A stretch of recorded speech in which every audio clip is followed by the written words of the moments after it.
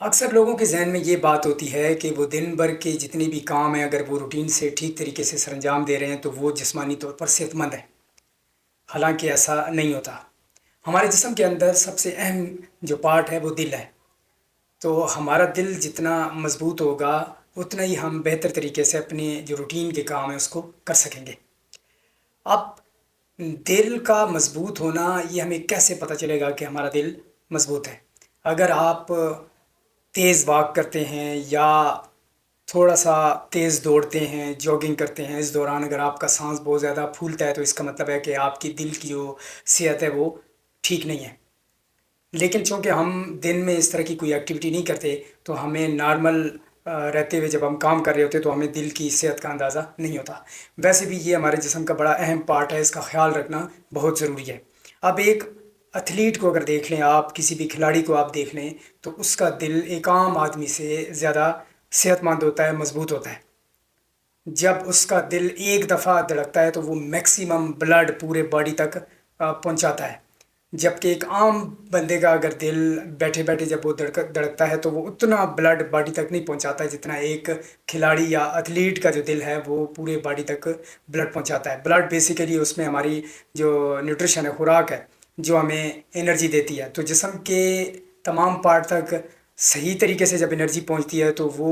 جو سیلز ہوتے ہیں وہ اچھی طرح ورک کرتے ہیں، یعنی ان میں زندگی کے جو آثار ہیں وہ بہت زیادہ اچھے ہوتے ہیں، جس سے ہماری جو لائف ہے وہ اچھی گزرتی ہے اور ہم دن بھر کے کام جو ہیں وہ بڑے بہتر طریقے سے سر انجام دیتے ہیں۔ تو اس وقت دل کی صحت کا خیال عام بندہ بالکل بھی نہیں رکھ رہا،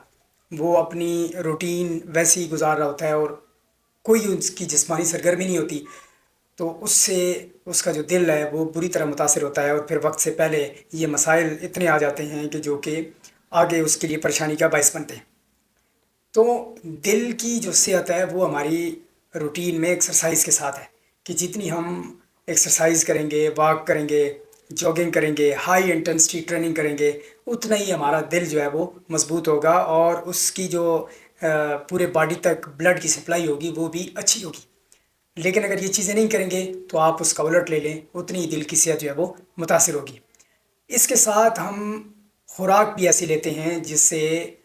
ہمارا جو دل ہے یہ بری طرح متاثر ہوتا ہے اور اس کی جو صحت ہوتی ہے وہ بھی دن بدن ڈاؤن ہوتی جا رہی ہوتی ہے۔ آج کل جو ٹرینڈ بنا ہوا ہے بہت زیادہ، وہ فاسٹ فوڈ کا ٹرینڈ عروج پر ہے۔ جگہ جگہ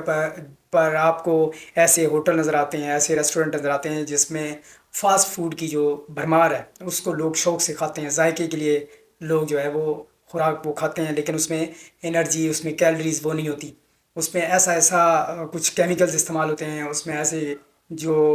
آئل ہے وہ استعمال ہوتا ہے جو کہ اندر انٹرنل ہماری باڈی کو بری طرح ڈیمیج کر رہے ہوتے ہیں۔ صرف ایک دل کو نہیں، ہمارے جو دوسرے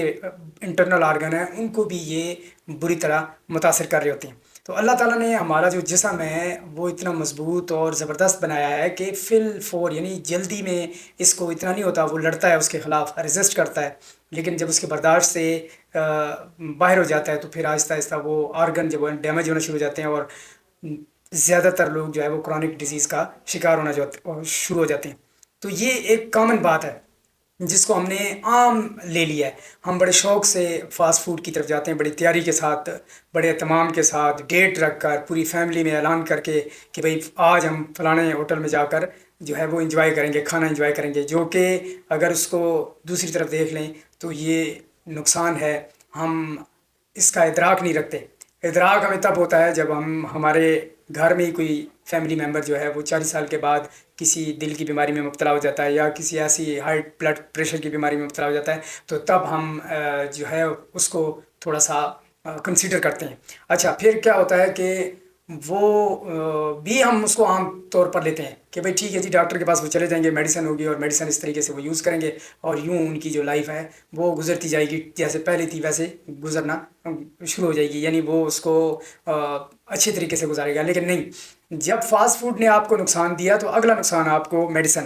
میڈیسن بھی آپ کو نقصان دینا شروع کر دیتی ہیں، جو آپ کے گردوں پہ زیادہ افیکٹ کرتی ہے، آپ کے آنکھوں پہ بھی جو ہے نا اس کے سائڈ افیکٹ ہوتے ہیں، باقی جو ہمارے انٹرنل آرگن ہیں وہ بھی آہستہ آہستہ ان میڈیسن کی سائڈ افیکٹ سے ڈیمیج ہونا شروع ہو جاتے ہیں۔ تو ہمیں ضرورت کیا ہے، ہمیں اس بات کی ضرورت ہے کہ ہم زیادہ تر نیچرل لائف کی طرف جائیں. قدرتی جو غذا ہے، جو اللہ تعالیٰ نے ہمیں اس دنیا میں ایک نعمت کی صورت میں دی ہے، اس کا استعمال کرنا بہت ضروری ہے. جیسے کہ آپ سبزیوں کا استعمال زیادہ کریں، فروٹ کا استعمال زیادہ کریں. جو آپ کو اللہ رب العزت نے جو جانور دیے ہیں، اس سے آپ گوشت حاصل کر کے آپ اس کو یوٹیلائز کریں. تو یہ چیزیں جب آپ استعمال کرنا شروع کریں گے تو یہ چونکہ ہمارے باڈی کی ضرورت ہے، تو اس سے کیا ہوگا کہ باڈی کو پراپر طریقے سے جو نیوٹریشن ملے گی، اس سے انرجی بھی پراپر جو ان لوازمات میں موجود ہے وہ ہمارے باڈی کو جب ملے گی تو ہمارا باڈی جو ہے وہ زیادہ صحت مند رہے گا اور ہم اپنی زندگی بھی بہتر طریقے سے گزاریں گے. فاسٹ فوڈ سے جتنی بھی ہم لوگوں نے خود چیزیں بنانا شروع کی ہیں، بیکری کے آئٹم، تو یہ ساروں سے ہمیں ایوائڈ کرنا چاہیے.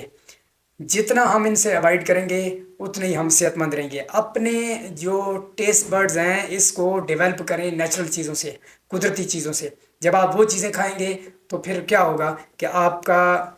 جو ٹیسٹ ہوگا ان پہ ڈیولپ ہوگا، اور پھر وہ انٹرنل ہمارے باڈی کے اندر بھی وہ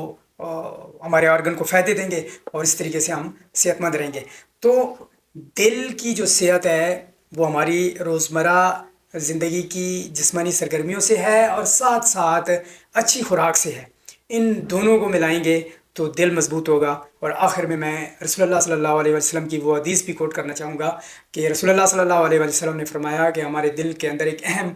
ہمارے جسم کے اندر ایک اہم پارٹ ہے جس کو دل کہا جاتا ہے. یہ ٹھیک رہے گا تو پورا جسم ٹھیک ہے، یہ خراب ہوگا تو پورا جسم بھی خراب ہو جاتا ہے، یعنی بیمار ہو جاتا ہے. تو دونوں صورتوں میں آپ اس کو لے سکتے ہیں. اگر روحانی سطح پہ اس کو لے کے یعنی جتنے ہم گناہ کرتے ہیں ہمارے دل کے اوپر ایک ڈاٹ سا بنتا ہے، جتنی گناہوں کی تعداد بڑھتی جائے گی وہ ڈاٹ بڑھتے بڑھتے دل کو بالکل بلیک کر دیتے ہیں، جس سے پھر انسان